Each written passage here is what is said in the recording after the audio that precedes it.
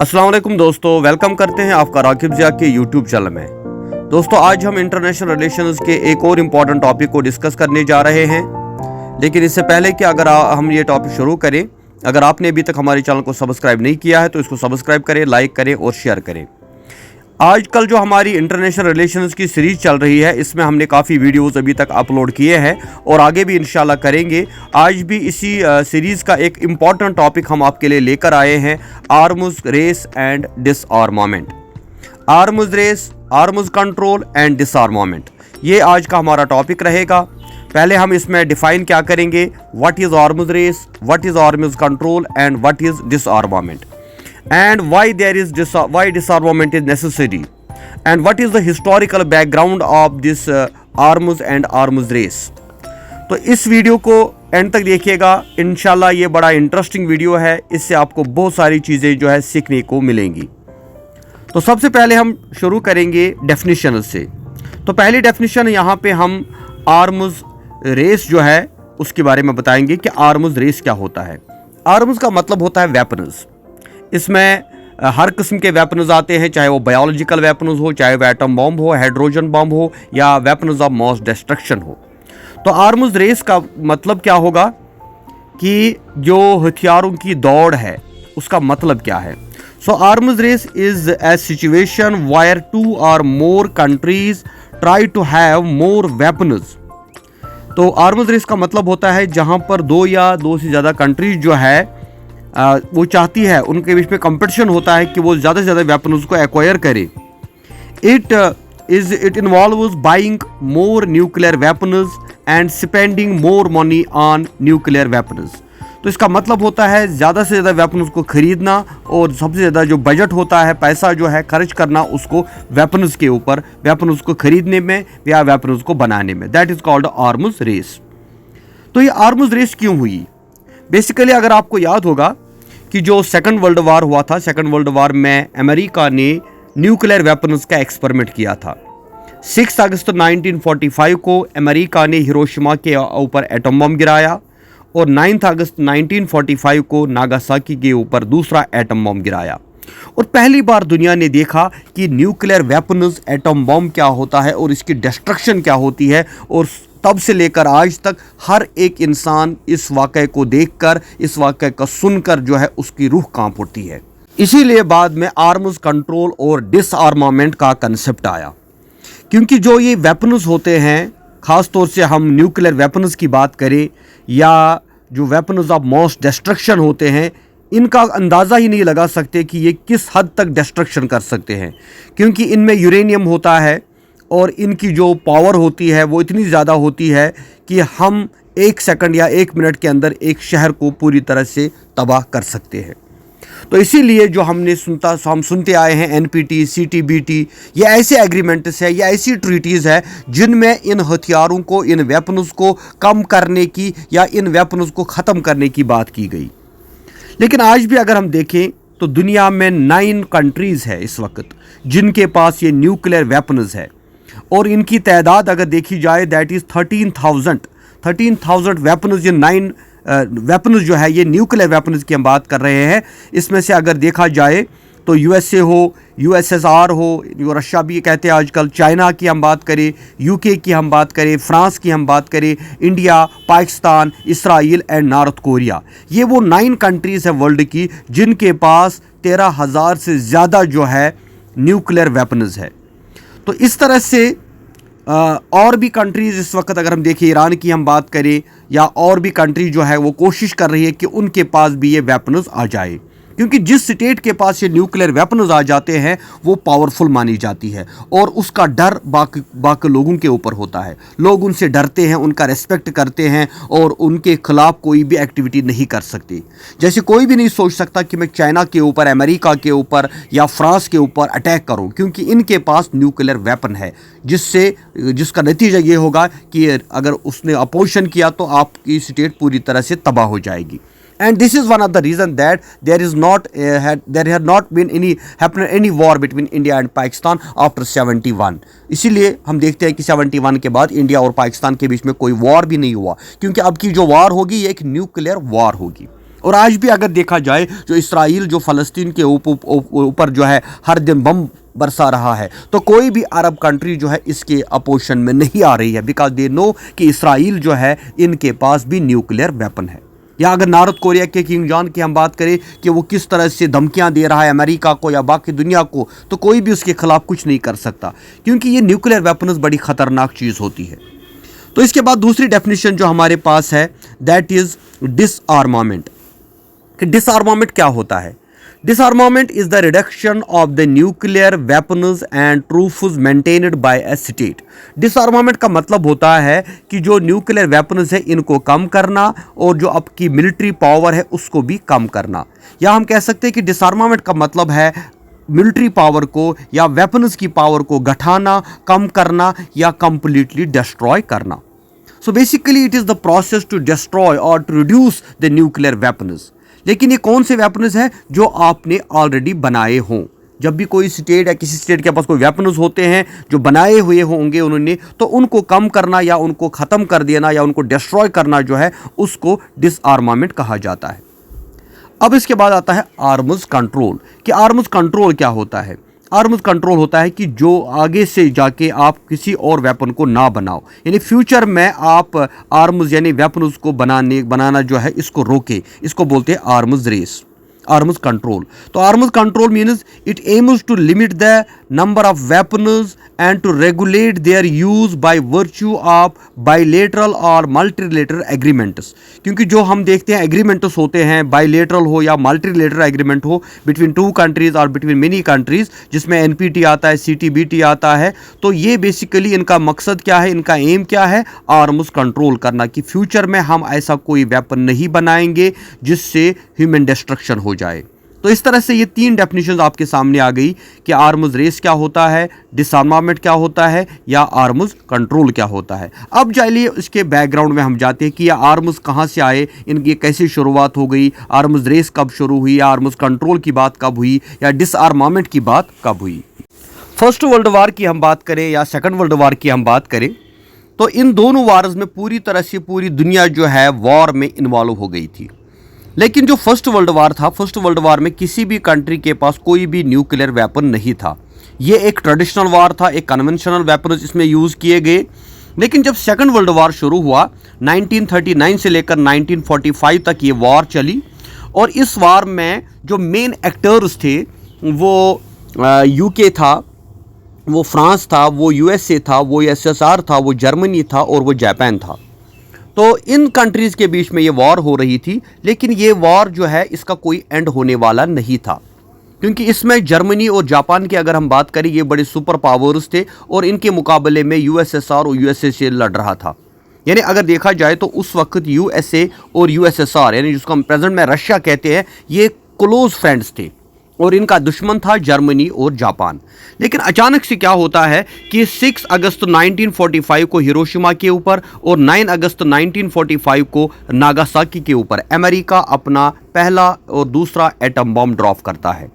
और ये पहली बार हिस्ट्री में हुआ कि पहली बार एटम बम का इस्तेमाल हुआ। और इसका मकसद क्या था कि अमेरिका दुनिया को बताना चाहता था कि I am the number 1, I am the super power. और इस बात की वजह से बाद में कोल्ड वार भी शुरू हुआ, क्योंकि रशिया ने कहा कि you are my close friend और मुझे भी आपने नहीं बताया, ये सीक्रेट रहा। एटम बम की सीक्रेसी जो थी, इस वजह से भी इन दो कंट्रीज़ के बीच में बाद में कन्फ्लिक्ट हुआ। एक वजह से देखा जाए तो इस 1945 के जो सेकंड वर्ल्ड वार था, इसमें तो जापान पूरी तरह से तबाह हो गया और बाद में हिटलर ने भी खुदकुशी कर ली, वो भी गायब हो गया। लेकिन दुनिया के नक्शे पर दो सुपर पावर हमारे पास आ गए, एक था यूएसए और दूसरा था यूएसएसआर। और इन दो कंट्रीज के बीच में कोल्ड वार शुरू हुई, जिसका एंड 91 में हुआ। और ये कोल्ड वार क्या थी? ये बेसिकली कन्फ्लिक्ट था between these two super powers. और इसी कोल्ड वार की वजह से ये आर्म्स रेस जो है, हथियारों की दौड़ जिसको हम कहते हैं, शुरू हो गई। हर एक सुपर पावर, दोनों सुपर पावर्स इस दौड़ में लग गए, इस कंपटीशन में लग गए कि हम ज़्यादा से ज़्यादा जो है वेपन्स को जो है हासिल करें। कहते हैं कि रशिया के पास 6500 वेपन्स है, न्यूक्लियर वेपन्स, और अमेरिका के पास 6100 वेपन्स है। यानी ये दोनों इस इस कंपटीशन में लगे कि हर कोई जो था हर कोई एक्सपेरिमेंट करता था, नया नया वेपन बनाने लगा। और इसी वजह से एटॉमिक बॉम्ब्स, हाइड्रोजन बॉम्ब्स, या जिनको हम वेपन्स ऑफ मास डिस्ट्रक्शन या केमिकल एंड बायोलॉजिकल वेपन्स कहते हैं, ये बनने शुरू हो गई। और ये शुरुआत होती है 1945 से लेकर कंटिन्यू आज तक। तो ये एक हिस्टोरिकल बैकग्राउंड है। लेकिन बाद में जब यूएसए के पास भी न्यूक्लियर वेपन्स आ गए, रशिया के पास भी आ गया, और बाद में जो है China, UK, France, India, Pakistan, Israel या नॉर्थ कोरिया, जैसे मैंने ऑलरेडी बोला कि 9 कंट्रीज इस टाइम है जिनके पास ये न्यूक्लियर वेपन्स है। तो अब ये सुपर पावर नहीं चाहते थे कि ये हर एक को इजी एक्सेस हो, हर एक के पास इजीली ये न्यूक्लियर वेपन आ जाए, क्योंकि अगर ये वेपन्स टेररिस्ट्स के हाथ में चले गए या नॉन स्टेट एक्टर्स के हाथ में चले गए तो ये दुनिया के लिए खतरा हो सकते हैं। तो उसी वजह से उन्होंने एनपीटी और सीटीबीटी बनाया, ताकि इन लोगों को कहा गया कि आप इस पे साइन कीजिए कि हम कोई भी न्यूक्लियर वेपन नहीं बनाएंगे। तो most of the third world countries जो है उन्होंने तो साइन किया, लेकिन कुछ कंट्रीज ऐसी थी जिन्होंने इसको साइन करना नहीं माना, जैसे इंडिया, पाकिस्तान या इसराइल। तो इस तरह से ये जो है हथियारों की दौड़ या आर्म्स रेस जिसको हम कहते हैं, ये शुरू हो गई। अब इसके बाद हमारा इसमें एक और टॉपिक बनता है, that is why is डिसआर्मामेंट necessary. डिसआर्मामेंट क्यों ज़रूरी है, इसका क्या फ़ायदा है, इसका क्या मकसद है, हम क्यों डिसआर्मामेंट की बात करते हैं। बेसिकली देखा जाए तो हम चाहते हैं कि वर्ल्ड में पीस आ जाए। वर्ल्ड में जो वॉर चल रहे हैं, या पास्ट में थे, या प्रेजेंट में है, या फ्यूचर में है, इनको कम किया जाए या इनको ख़त्म किया जाए। क्योंकि आज का वॉर कोई मामूली वार नहीं हो सकता, ये एक न्यूक्लियर वार बनेगा। जिस तरह हम देखते हैं 2 साल से अब ये रशिया और यूक्रेन के बीच में वॉर चल रही है, या अगर देखा जाए इस वक्त अरब इसराइल के बीच में भी वॉर चल रही है, और कहीं ये वर्ल्ड वॉर का रुख इख्तियार ना करे, और अगर ये वर्ल्ड वार का रुख इख्तियार करती है तो सारी दुनिया जो है ख़त्म हो जाएगी। क्योंकि कहते हैं कि इस वक्त जो दुनिया है हथियारों के ढेर पे बैठी हुई है, अगर मामूली सी चिंगारी लगती है तो पूरी दुनिया सेकंडों मिनटों में डिस्ट्रॉय हो सकती है। तो इसीलिए डिसआर्मामेंट की ज़रूरत है कि इन हथियारों को कम करना है या ख़त्म करना है। उसका क्या रीज़न है? Number 1 is to maintain peace or reduce the risk of war.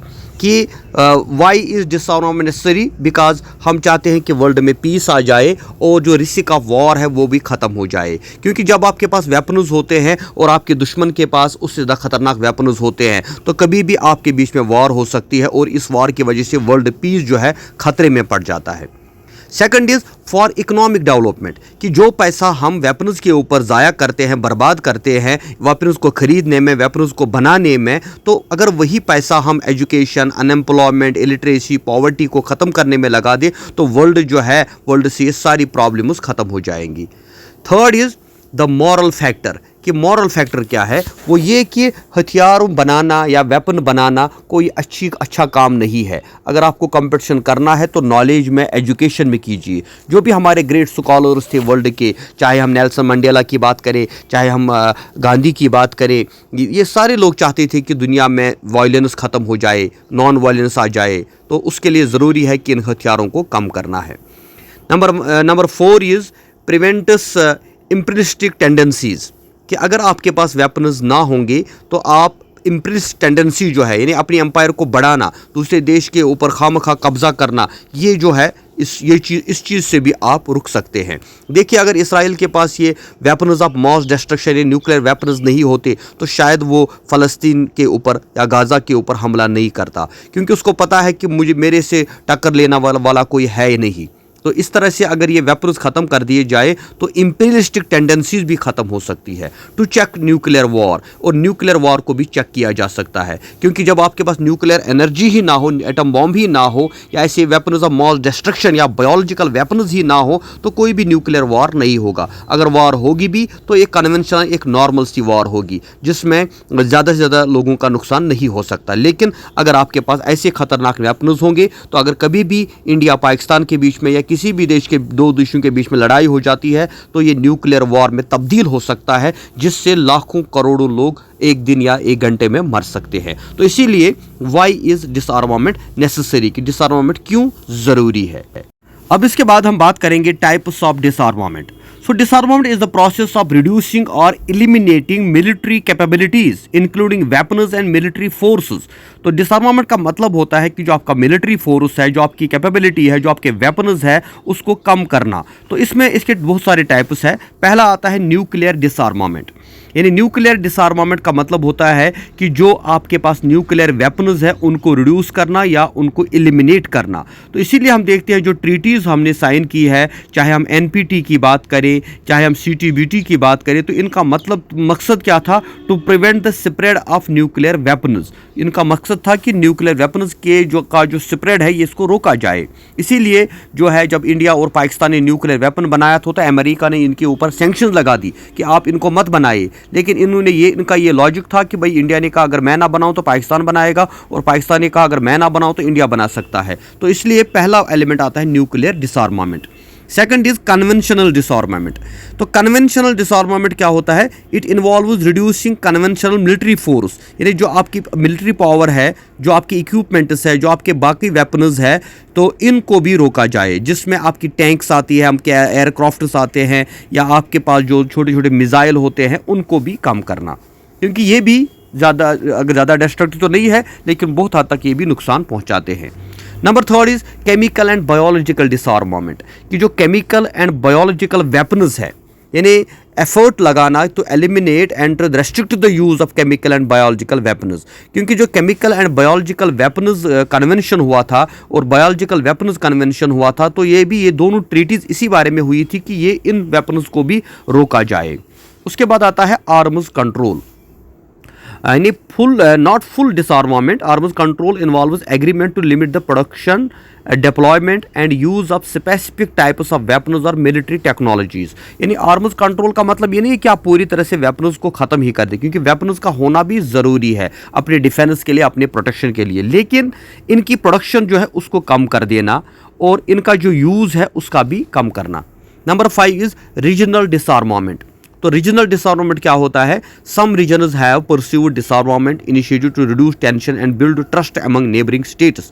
Like हम आसियान कंट्रीज़ की बात करें या सार्क कंट्रीज़ की बात करें, तो इन्होंने चाहा कि हमारे इलाके जो है अभी पूरी तरह से डेवलप नहीं हुए हैं, हमारे पास एजुकेशन, अनएम्प्लॉयमेंट, इलिटरेसी प्रॉब्लम्स है, तो हमें जो है रीजनल लेवल पे इन्होंने कुछ ऐसे इनिशिएटिव्स लिए जिनका मकसद था, जिनको हम बोलते हैं रीजनल डिसआर्मामेंट। तो इसी तरह से multilateral treaties, international agreements play a crucial role in promoting disarmament. Treaties often involve verification mechanism to ensure. और ट्रीटीज़ का साइन होना भी ज़रूरी है कि जिसमें डिफरेंट कंट्रीज़ पार्टिसिपेट करती है और उनका मकसद होता है कि जो डिसआर्मामेंट है, जो वेपन्स है, इनको कम किया जाए और इनके जो क्वांटिटी है उसको कम की जाए, या इनकी जो क्वालिटी है, इनके अंदर जो डिस्ट्रॉय करने की क्वालिटी है उसको भी कम किया जा सके। लेकिन इन सब चीज़ों के बावजूद हम देखते हैं कि आर्म्स रेस तो रुकने का नाम नहीं लेती। हर एक कंट्री आज भी जो है वेपन्स को बनाती है, वेपन्स को खरीदती है, वेपन्स को बेचती है, और करोड़ों अरबों डॉलर पैसा जो है वो इन वेपन्स के ऊपर खर्च किया जाता है। So the need of the war is to reduce or to eliminate these weapons, because these weapons are dangerous for our humanity, for our world peace, because we are already facing many problems. Like recently we have faced the problem of this what we call AIDS, or what we call cancer, or just the biggest problem that we have recently faced, that was COVID-19. So we have to fight against these problems, not to fight through weapons. हमें weapons के ज़रिए से नहीं लड़ना है, एक दूसरे की जान नहीं लेनी है, बल्कि हमें कोशिश करनी है कि वर्ल्ड की जो प्रॉब्लम्स है हम मिलकर इनका सोल्यूशन निकालें। तो इसके लिए सबसे इम्पॉर्टेंट रोल जो है यूएनओ प्ले कर सकता है, सिक्योरिटी काउंसिल प्ले कर सकता है, और जो सुपर पावर्स है ये प्ले कर सकते हैं। सो हम चाहेंगे कि ये लेक्चर जो है ये आपको अच्छा लगा होगा इंशाल्लाह, और आपके ओपिनियन का हमें इंतज़ार रहेगा। बाकी जो भी कोई कन्फ्यूजन होगा उसके लिए हमारा व्हाट्सअप, टेलीग्राम का लिंक और फेसबुक का लिंक आपको मिल जाएगा, वहाँ से आप इन कन्फ्यूजन को दूर कर सकते हैं। Thank you very much. खुदा हाफिज़।